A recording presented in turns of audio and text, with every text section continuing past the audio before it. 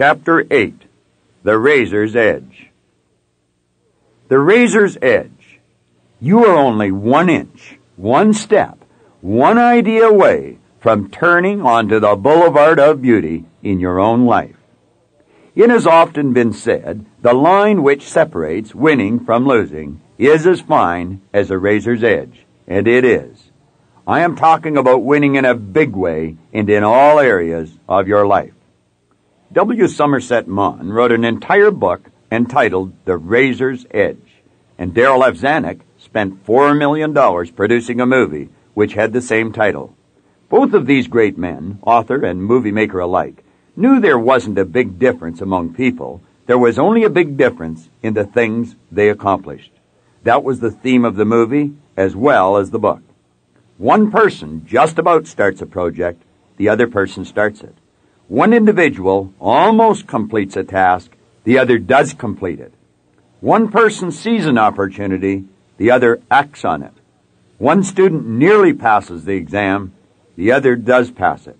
And although the difference in their marks may be only 1 percentage point out of 100, it is that 1 point that makes all the difference. The annals of sports history are rich with dramatic illustrations of the razor's edge concept. For example, at the 1976 Olympic Games in Montreal, Canada, there were 8 finalists competing in the 100-meter dash. But the runner who won the Olympic gold medal was only 1/10 of a second faster than the runner who finished in last place.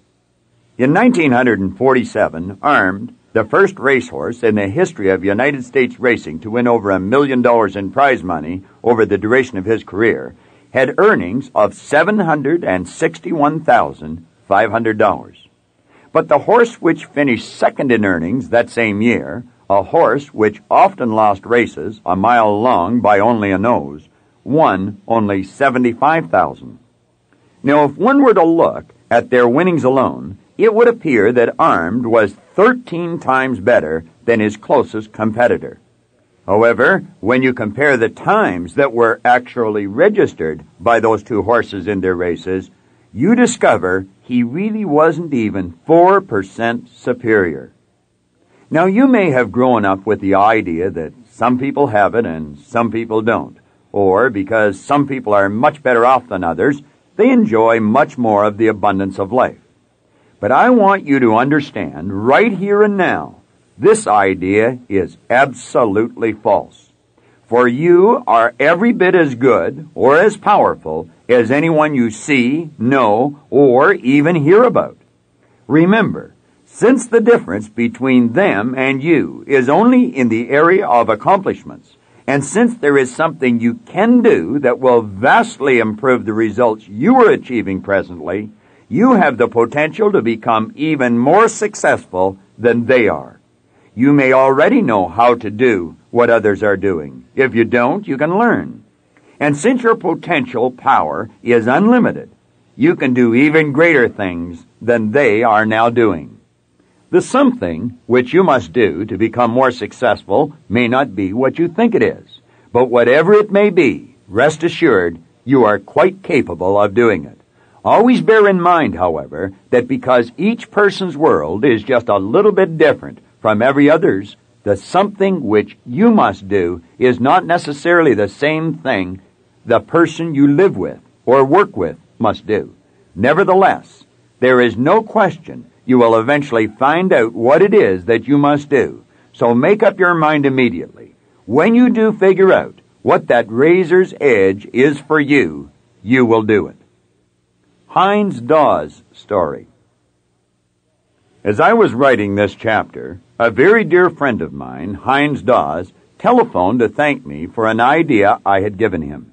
But before I let you in on what that idea was, permit me to give you some background information. Heinz Dawes works for a large insurance company in Toronto, and every October his company holds a contest which is referred to as a President's Month. All of the salespeople in the company gear themselves up for this contest, and they each perform at their peak level of productivity. Their reward, if they should win the contest, is both fame and fortune. The company always recognizes its proven leaders. As he does every year, Heinz had an exceptional President's Month. But in keeping with his practice of previous years, he was planning to relax a bit in November, or at least to revert to what he considered to be normal production. As I was talking to him one afternoon, however, I noticed that his usual high degree of enthusiasm had leveled off considerably. I knew something was amiss, so I asked him what was bothering him. He then explained he was experiencing a big letdown now that his big month had come to an end. In an attempt to raise Heinz's spirits, I asked him the following question. I said, Heinz, what would you do with the extra commission you would earn if you were to repeat your October performance in November? He actually earned 3 times his usual monthly income in October. Seeing the true meaning behind my question, Heinz's face brightened considerably, and a broad smile appeared across his face. Then I quickly added, we both know you are quite capable of repeating your October performance in November. There is absolutely no question about that. By this time, Heinz had become thoroughly convinced that not only was he capable of repeating his performance, but he definitely would repeat it. He said with his customary confidence and vigor fully restored, all right, Bob, I'm going to do it. The razor's edge. He did it. Heinz Dawes beat his own record of October in November. Think of the difference this will make in his annual income, not to mention his standing in the company. You just know he will duplicate or better his performance next November following President's Month. The something for Heinz Dawes turned out to be nothing more sophisticated than deciding to do the same thing in November which he had already done in October.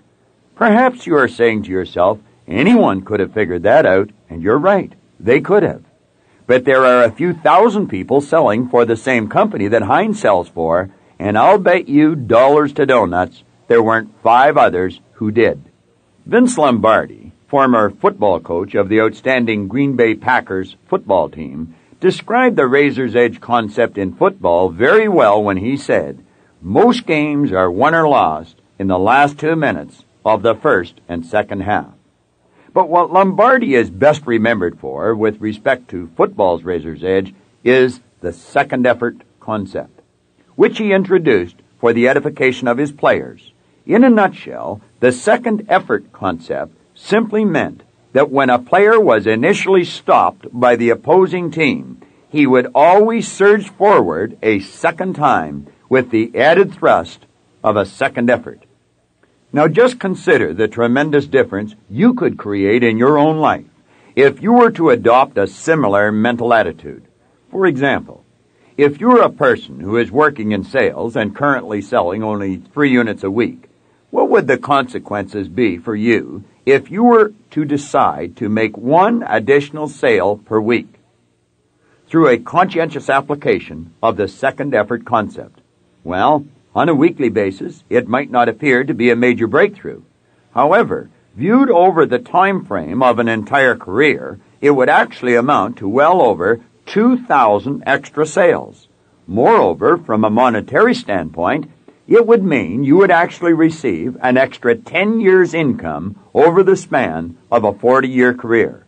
Yes, that 1 sale would be the razor's edge difference, which could catapult you into the big leagues in your chosen career.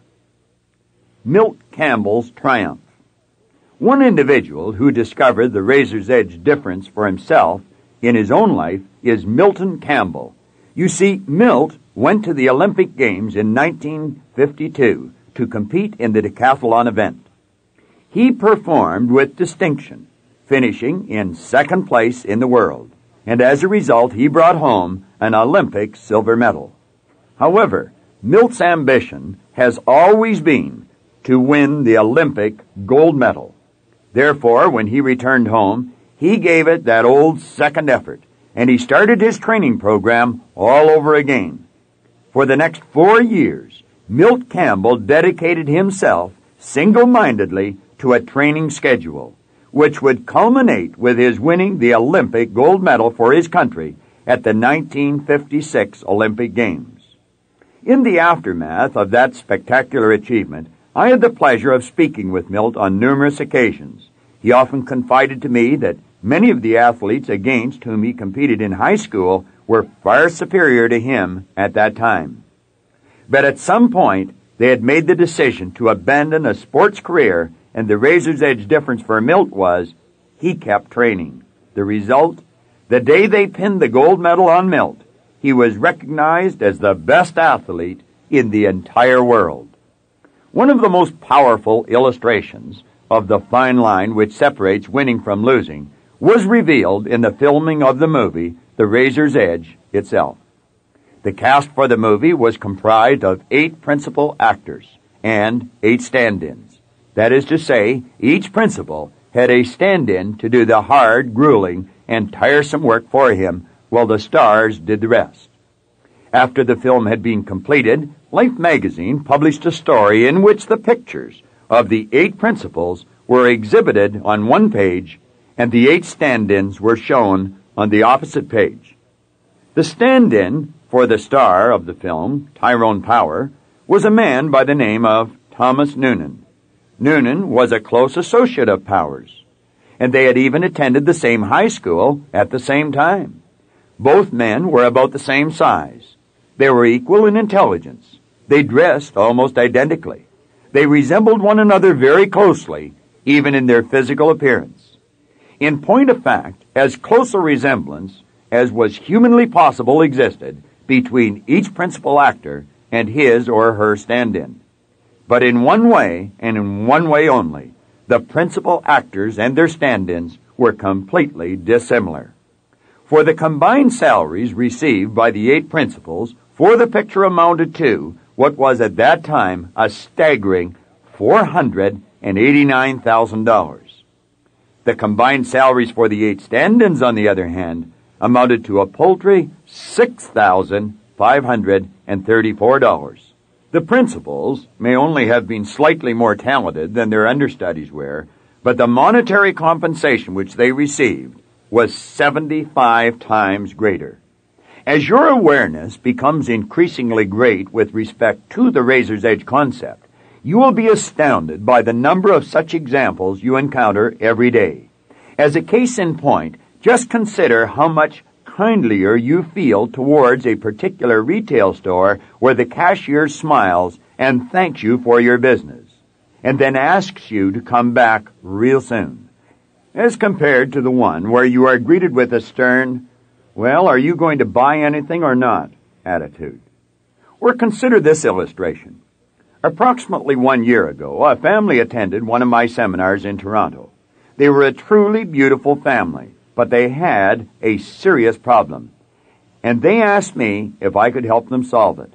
They informed me, to begin with, that they were the owners of an automobile repair shop, but they also explained their business had gone sour.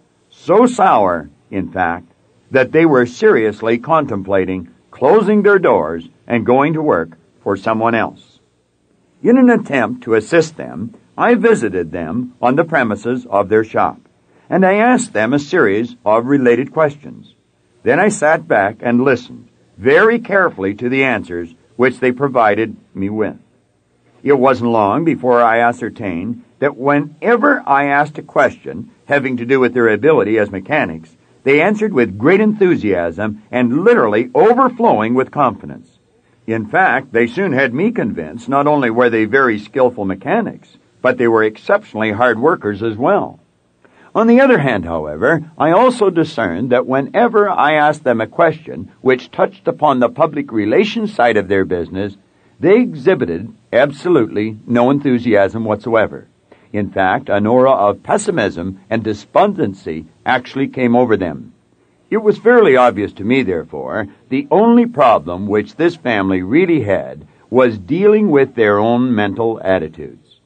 Once I had identified the exact nature of the problem, I was able to suggest corrective action. I told them they must begin to visualize their shop full of cars which needed to be repaired.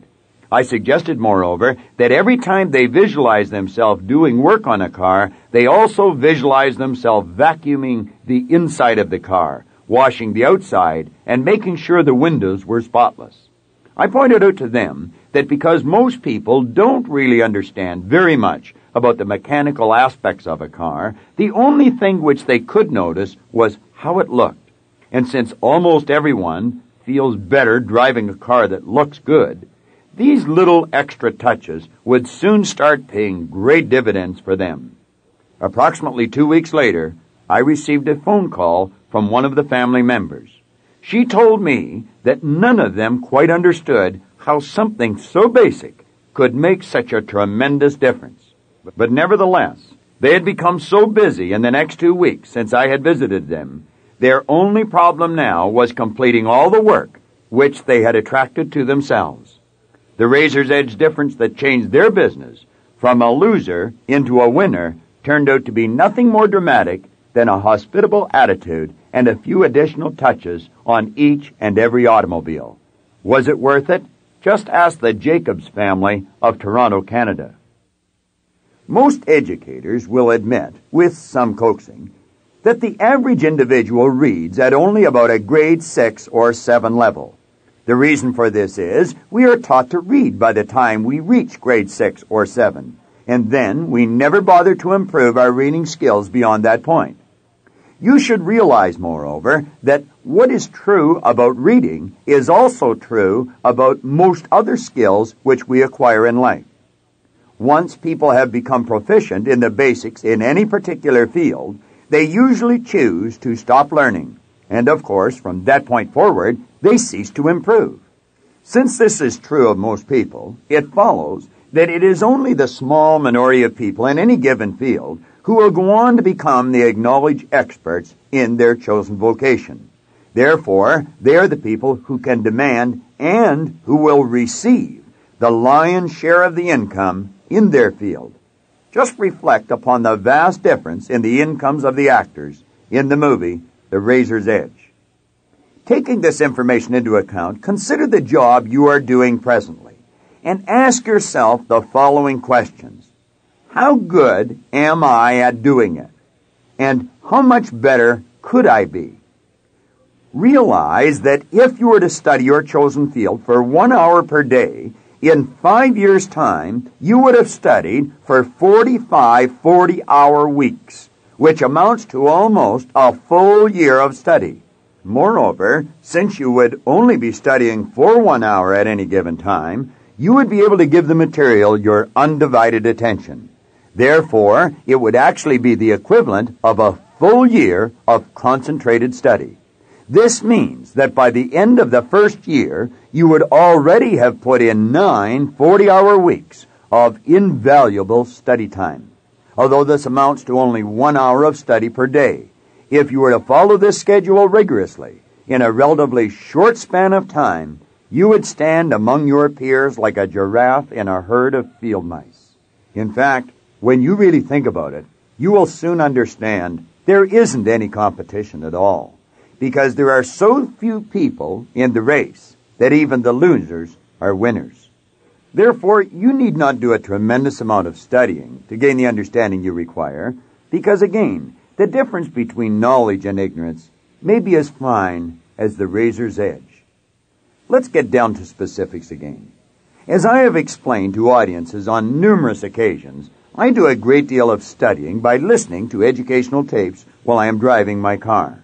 Therefore, when I suggest that you turn your radio off and your tape recorder on when you get into your car, it could make the difference for you as well. And I know of whence I speak. You should be aware that those people who drive 25,000 miles per year spend 13 40-hour weeks sitting behind the wheel of their car. Therefore, they are in an excellent position to have a wealth of invaluable information deposited in their subconscious minds while they are otherwise engaged in the routine activity of driving. Remember, it is virtually impossible to keep exposing your mind to great ideas without having those ideas expressed in your physical world. Moreover, it is probably only one idea you need to make the difference in your life. Consider this illustration. By merely moving an index finger a fraction of an inch, a person can transform a cold piece of metal into a deadly weapon. Or by simply shouting the word fire, a person can turn a room full of happy people into a screaming, panic-stricken mob. Obviously, these are both very negative examples. Nevertheless, they do graphically illustrate the important truth that the razor's edge can cut both ways. In other words, since the law of opposites is at work in every aspect of life, it follows that if you are not consciously striving to move across that fine line to improve the quality of your life, you could be inadvertently moving in such a way that your particular position in life is actually starting to backslide. Let me elaborate. A couple of weeks ago, I was doing a talk show on the radio.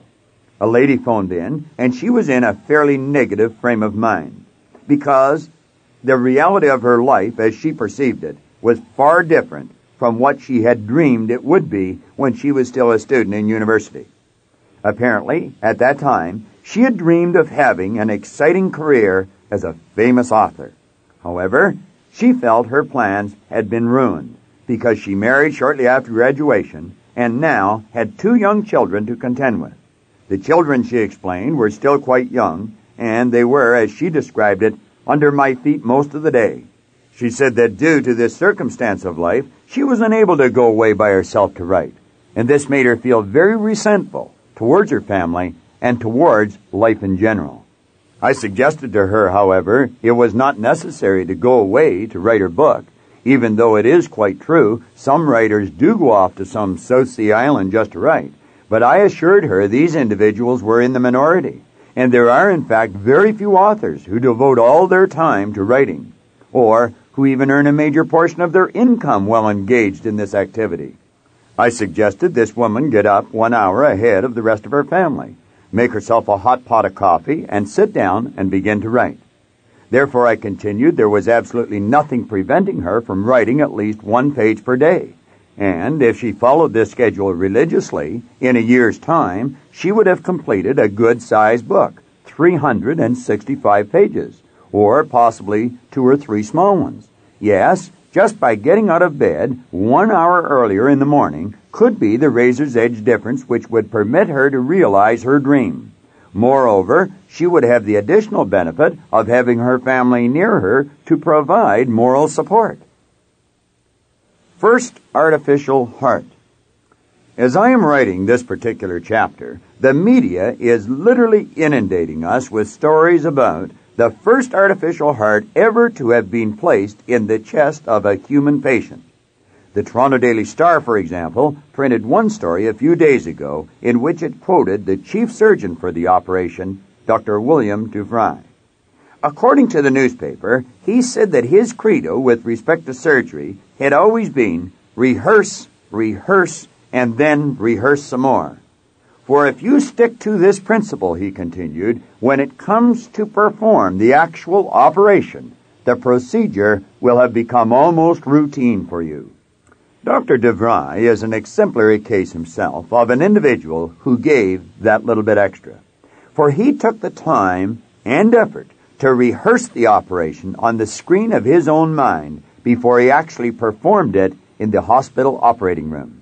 Incidentally, that razor's edge difference has enabled Dr. Duvray to become a world-renowned surgeon who is destined to be written up in the annals of medical history, not to mention the fact that it enabled him to prolong the life of one Dr. Barney Clark.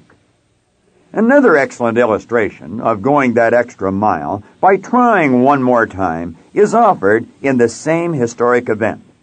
For Dr. Robert Jarvik, only 36 years of age, and the man who designed the world's first artificial heart, is another prime razor's edge candidate.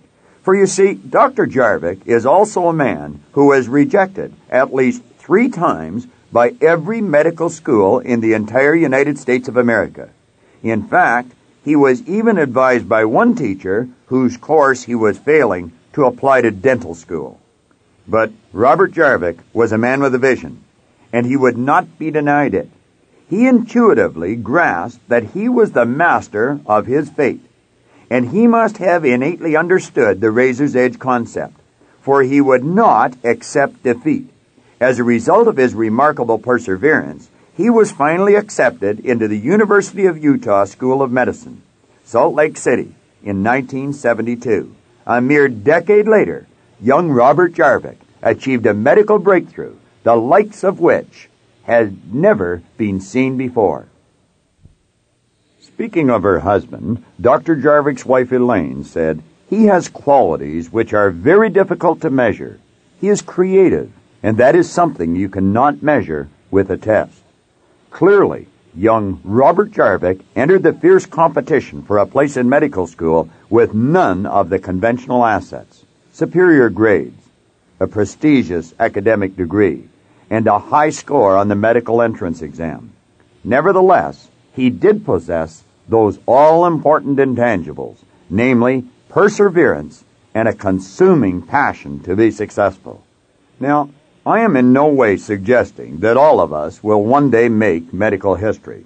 Still, we might resemble Dr. Jarvik in the sense that our particular talents and aptitudes, like his, may not translate well onto standardized tests of ability.